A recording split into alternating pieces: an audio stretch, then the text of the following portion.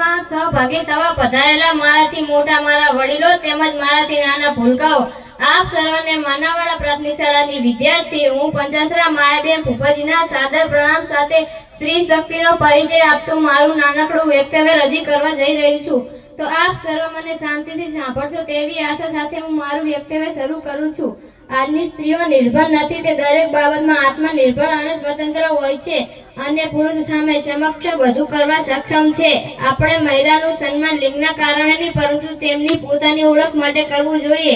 આપણે એ સ્વીકારવું પડશે કે ઘર અને સમાજની સુધારણા માટે સ્ત્રી અને પુરુષ બંને સમાનરૂપી યોગદાન આપે છે. દરેક સ્ત્રી ખાસ હોય છે, પછી તે ઘરમાં હોય કે ઓફિસમાં. સ્ત્રીઓ આસપાસની દુનિયામાં પરિવર્તન લાવી રહી છે અને સૌથી અગત્યનું બાળકોને ઉછેરવામાં અને ઘર બનાવવામાં મુખ્ય ભૂમિકા ભજવે છે. સ્ત્રીની કદર અને આદર કરવાની જવાબદારી આપણી છે. મહિલાઓ વિશે જાહેરમાં બોલતા પહેલા તેમના વિશે સારી રીતે વિચારવું જરૂરી છે.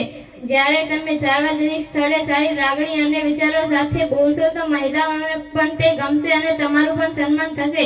સમાજમાં મહિલાઓને ઉચ્ચ સ્થાન આપવામાં આવ્યું છે. આજે મહિલાઓ દરેક ક્ષેત્રમાં પોતાની ઓળખાણ બનાવી રહી છે અને પોતાની મંજિલ નક્કી કરી રહી છે. એક જમાનામાં નિર્ભર ગણાતી સ્ત્રી માત્ર ઉપભોગ અને સંતાનનું સાધન માનવામાં આવતું હતું. ઘરેલું કામમાં ધકેલાઈ ગયેલી મહિલાઓ આજે ચારો દિવાલ તોડી બહાર આવી રહી છે અને ઉત્સાહપૂર્વક પોતાની ફરજ બજાવીને સૌને ચોંકાવી દીધા છે.